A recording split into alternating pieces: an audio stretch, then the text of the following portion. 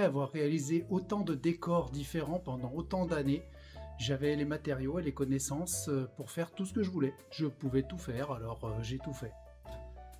Je me suis d'abord inspiré des plus célèbres sculptures classiques, en les revisitant avec des facettes, comme un diamant. La Vénus de Milo, le Penseur de Rodin, le David de Michel-Ange, le disco-ball de celui qui l'a sculpté. Ensuite, comme j'adore la science-fiction, je me suis lancé dans la réalisation d'un ensemble de pièces incroyables, un portail sidéral, un guerrier de l'espace, mais aussi un cadre de tableau, un trône, une table ronde, bref, tout un univers pour un living room unique au monde. Mais je n'avais pas encore trouvé ce qui me faisait vraiment vibrer. Et puis un jour, j'ai eu le déclic, parce que j'ai la chance de vivre depuis toujours dans un joli petit village en Ardèche. Quand j'étais petit et que j'allais jouer au tennis à Vanosque, dans le village, les soirs d'été, tout ça, c'était plein de petits vers luisants. On pouvait croiser des félins sauvages ou des petits hérissons dans le jardin, et parfois même des requins dans les arbres.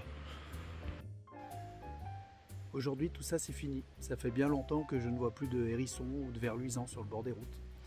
Et on ne se rend pas compte, quand on parle de la 6e extinction de masse, que les humains et les animaux sont complètement liés et que le jour où il n'y aura plus d'abeilles dans notre potager, eh ben, on n'aura plus de tomates dans notre assiette.